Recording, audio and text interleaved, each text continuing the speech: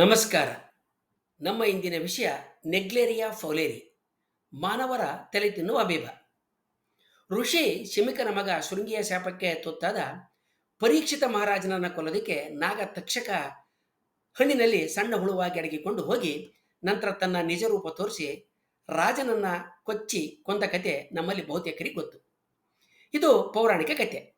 ತನ್ನ ಮೇಲೆ ಶಾಪ ಪ್ರಯೋಗವಾಗಿದೆ ಅಂತ ತಿಳಿದ ನಂತರ ಕೂಡ ಪರೀಕ್ಷಿತ ರಾಜ ಶುಕ ಮಹರ್ಷಿಗಳಿಂದ ಶ್ರೀಮದ್ ಭಾಗವತ ಮಹಾಪುರಾಣವನ್ನು ಕೇಳಿ ಸಾವಿನ ನಂತರ ಸ್ವರ್ಗ ಪ್ರಾಪ್ತಿಯನ್ನು ಪಡೆದಂತ ಕೂಡ ಪೌರಾಣಿಕ ಕಥೆಗಳು ಬಿಂಬಿಸ್ತವೆ. ಇಂತಹ ಪೌರಾಣಿಕ ಕಥೆಗಳನ್ನು ಮೀರಿಸುವಂತಹ ಸಂಗತಿಗಳು ನೈಸರ್ಗಿಕವಾಗಿಯೂ ಕೂಡ ನಡೀತವೆ. ಆದರೆ ಇಂತಹ ಘಟನೆಗಳ ಹಿಂದಿರುವ ಕಾರಣ ಮತ್ತು ಪರಿಹಾರಗಳನ್ನು ಜೀವ ವಿಜ್ಞಾನಿಗಳು ಸಂಶೋಧನೆ ಮತ್ತು ಅಧ್ಯಯನಗಳ ಮೂಲಕ ಕಂಡುಕೊಳ್ತಾರೆ.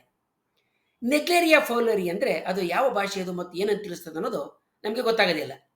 ಇದರ ವಿವರಗಳಿಗೆ ಹೋಗೋದಕ್ಕೆ ಮೊದಲು ನಾವು ನಮ್ಮ ಪಕ್ಕದ ರಾಜ್ಯ ಕೇರಳದ ಹತ್ರ ನೋಡೋಣ. 2016ರಲ್ಲಿ ಕೇರಳದಲ್ಲಿ ಒಂದಿಬ್ಬರು ತಲೆನೋವು, ಜ್ವರ, ವಾಂತಿ ಅಂತ ವೈದ್ಯರಲ್ಲಿ ಬರ್ತಾರೆ. ಸಾಮಾನ್ಯ ಚಿಕಿತ್ಸೆಗಳಿಂದ ಅದು ಗುಣ ಆಗೋದಿಲ್ಲ. ಮುಂದೆ ಕೆಲ ದಿನಗಳಲ್ಲೇ ಅವರಿಗೆ ಮೆದುಳಿನಲ್ಲಿ ಉರಿಯೂತ ಕಾಣಿಸ್ಕೊಳ್ಳುತ್ತೆ. ನಂತರ ಕೋಮಾ ಸ್ಥಿತಿ ತಲುಪಿ ಅವರು ಕೊನೆಯ ಉಸಿರನ್ನು ಎಳಿತಾರೆ. ಇದಾದ ನಂತರ ಮುಂದಿನ 9 ವರ್ಷಗಳಲ್ಲಿ ಕೇರಳದಲ್ಲಿ ಅಂದಾಜು 50ಕ್ಕೂ ಹೆಚ್ಚು ಪ್ರಕರಣಗಳು ದಾಖಲಾಗ್ತವೆ. ಕೇರಳ ಸರ್ಕಾರ ವಿಚಿತ್ರ ಪ್ರಕರಣಗಳ ಜಾಡು ಹಿಡಿದು ಹೋದಾಗ ಈ ಎಲ್ಲ ಸಾವುಗಳ ಹಿಂದೆ ನೆಗ್ಲೇರಿಯಾ ಫೌಲೇರಿ ಅನ್ನುವ ಮೆದುಳನ್ನು ತಿರುವ ಏಕಕೋಚದ ಜೀವಿ ಇರೋದು ತಿಳಿದು ಬರುತ್ತೆ. 1937ರಲ್ಲಿ ಮಾಲ್ಕಮ್ ಫೌಲರ್ ಮತ್ತು RF ಕಾರ್ಟರ್ ಅನ್ನುವ ಇಬ್ಬರು ವಿಜ್ಞಾನಿಗಳು ಒಂದು ಹೊಸ ಬಗೆಯ ಏಕಕೋಶ ಅಮೀಬವನ್ನು ಮೊದಲ ಬಾರಿಗೆ ಗುರುತಿಸಿ ಅದನ್ನು ನೆಗ್ಲೇರಿಯಾ ಫೌಲೇರಿ ಅಂತ ಕರೀತಾರೆ. 1962ರ ವೇಳೆಗೆ ಈ ಅಮೀಬ ಮನುಷ್ಯರಲ್ಲಿ ಪ್ರೈಮರಿ ಅಮೀಬಿಕ್ ಮೆನಿಂಜೋ ಎನ್ಸೆಫಲಿಟಿಸ್ ಎನ್ನುವ ಅಂದರೆ PM ಎನ್ನುವ ಪ್ರಾಣವನ್ನು ತೆಗೆಯುವಂಥ ಮೆದುಳಿನ ಕಾಯಿಲೆಗೆ ಕಾರಣ ಆಗುತ್ತೆ ಅನ್ನೋದು ಗೊತ್ತಾಗುತ್ತೆ. ಈಗ ಈ ಏಕಕೋಶ ಜೀವಿಯನ್ನು ಸಾಮಾನ್ಯವಾಗಿ ಬ್ರೇನ್ ಈಟಿಂಗ್ ಅಮೀಬಾ, ತಲೆ ತಿನ್ನುವ ಅಮೀಬಾ ಅಂತ ಕರೀತಾರೆ. ಇದು ಮೆದುಳಿನ ಕೋಶಗಳನ್ನು ಹಾಳ್ಗೆಡುತ್ತದೆ. ಈ ಏಕಕೋಶ ಜೀವಿ ಬೆಚ್ಚಗಿನ ಸಿಹಿ ನೀರಿನಲ್ಲಿ ಅಂದರೆ ಕೆರೆ, ಕೊಳ, ಕುಂಟೆ, ಕಲ್ಯಾಣಿ, ಬಾವಿಗಳ ನೀರಲ್ಲಿರುತ್ತೆ. ನೆಗ್ಲೇರಿಯಾ ಫೌಲೇರಿ ಮೂಗಿನ ಮೂಲಕ ಮೆದುಳಿಗೆ ಹೋದಾಗ ಮಾತ್ರ ಮೆದುಳಿನಲ್ಲಿ ಭಾರಿ ಸೋಂಕನ್ನು ಉಂಟು ಮಾಡ್ತೈತೆ. ನೀರು ಕುಡಿಯೋದ್ರಿಂದ ಸೋಂಕು ಬರೋದಿಲ್ಲ. ಆದ್ದರಿಂದ ಪ್ರಾಥಮಿಕ ಅಮೀಬಿಕ್ ಮೆನಿಂಜೋ ಎನ್ಸೆಫಲಿಟಿಸು ಬಹಳ ಅಪರೂಪವಾದ ಕಾಯಿಲೆ ಮತ್ತು ಜಗತ್ತಿನಲ್ಲಿ ಕೆಲವು ಪ್ರಕರಣಗಳು ವರದಿಯಾಗಿದ್ದಾವೆ. 1962ರಿಂದ ಈವರೆಗೆ ಜಗತ್ತಿನಲ್ಲಿ ಕೇವಲ 488 ಪ್ರಕರಣಗಳು ಮಾತ್ರ ದಾಖಲಾಗಿದ್ದಾವೆ. ಈ ರೋಗ ತಾಗಿದವರಲ್ಲಿ ಬದುಕುವಂಥವರ ಪ್ರಮಾಣ 5%ಕ್ಕಿಂತಲೂ ಕಡಿಮೆ. ಅಂದರೆ ರೋಗ ಬಂದವರಲ್ಲಿ 95ರಷ್ಟು ಜನ, 100ಕ್ಕೆ 95ರಷ್ಟು ಜನ ಕೊನೆಯ ಉಸಿರನ್ನು ಎಳಿತಾರೆ.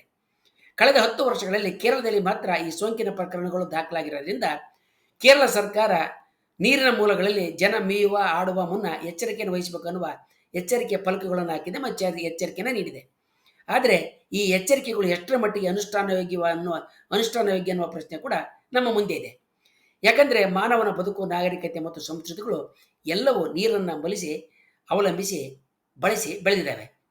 ಭಾರತದಂಥ ದೇಶದಲ್ಲಿ ಕುಂಭಮೇಳ, ತೀರ್ಥಕ್ಷೇತ್ರ ಮಾತ್ರ ಅಲ್ಲ, ದೈನಂದಿನ ಬದುಕು ಕೂಡ ನೀರಿನಲ್ಲಿ ಮುಳುಗೋದು, ಮೀಯೋದು ಇವೆಲ್ಲವನ್ನು ಸೇರಿಕೊಂಡೇ ಮುಂದೆ ಸಾಗ್ತಾ ಇದೆ.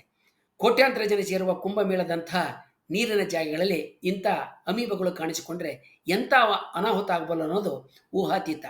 ಆದರೆ ನೈಸರ್ಗಿಕವಾಗಿ ಇಂಥ ಅಮೀಬಗಳು ಅಷ್ಟೊಂದು ಜನರನ್ನು ವ್ಯಾಪಕವಾಗಿ ಹರಡಿರ್ತಕ್ಕಂಥದ್ದು, ಬಾಧಿಸಿರತಕ್ಕಂಥದ್ದು ಈವರೆಗೆ ಪತ್ತೆಯಾಗಿಲ್ಲ. ಆದ್ದರಿಂದ ನಿಸರ್ಗ ತಾನಾಗಿಯೇ ಕೆಲವು ಇತಿಮಿತಿಗಳನ್ನು, ಅಡಚಣೆಗಳನ್ನು ಉಂಟು ಮಾಡಿ ಪ್ರತಿ ಜೀವಿ ಬದುಕುವಂತೆ ಮಾಡುತ್ತೆ ಅಂತ ನಾವು ಭಾವಿಸ್ಬೋದು.